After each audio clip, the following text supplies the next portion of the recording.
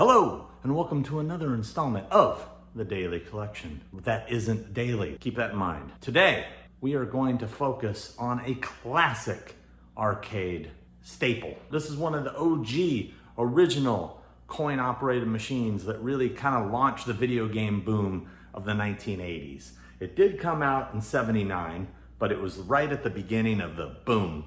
I told this story before on my good friend Adam Lewoo's channel when we were doing a little food day at Noggles, but I'll kind of expand on it again here because a lot of you guys may not have seen that. When I was about 12 years old, my good friend Ken and I, who's still my best friend to this day, we've known each other since we were like 7, 8 years old. We used to go to a Shakey's Pizza by our house in Stanton. They had this little tiny video game arcade within the Shakey's. Literally was, I don't know, maybe 5 games tops. It was a tiny little room. So I'm stepping outside a little bit in this episode. See this right here? Next to this Noggles. If you saw the video that I was in with Adam Lewoo when we went to this Noggles, I kind of briefly discussed this location right here, which used to be a Shakey's Pizza. And this is the Shakey's Pizza where this game was obtained, right here in beautiful Stanton, California. And one day, I guess they just decided they were gonna get rid of all of them. And what they did is they announced they were gonna have a tournament for each machine, and whoever got the highest score on those machines won the machine. And I remember Miss Pac-Man being one of them. Maybe Centipede was another one. I don't recall, but I know one of them was Asteroids.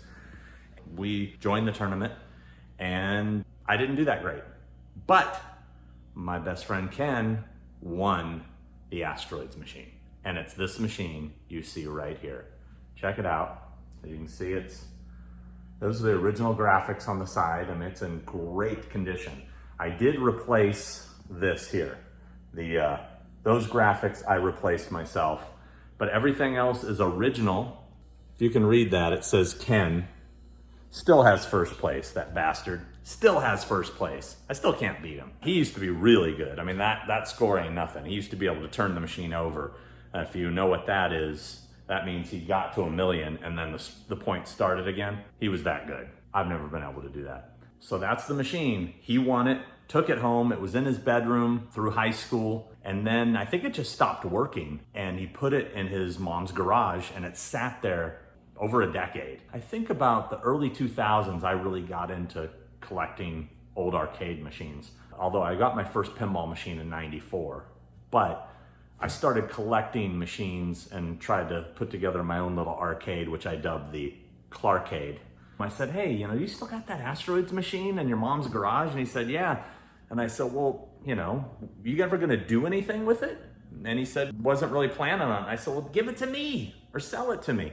And he said, well, I'll tell you what. He goes, I'll give it to you. You get it working again. If you ever decide you want to get rid of it, you have to give it back to me. You can't sell it. You either keep it or you give it back to me. And I said, fair. Got it home, plugged it in, and it worked.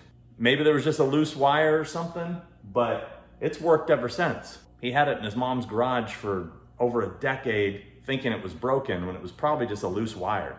I don't know. It works now, and I cleaned up this, got that all redone, and looks great, plays great, sounds great. Yeah, those classic sounds. Good stuff. That's it for today. It's a quick one, but classic machine, little bit of a backstory. This will probably be the first in a few of my video game episodes.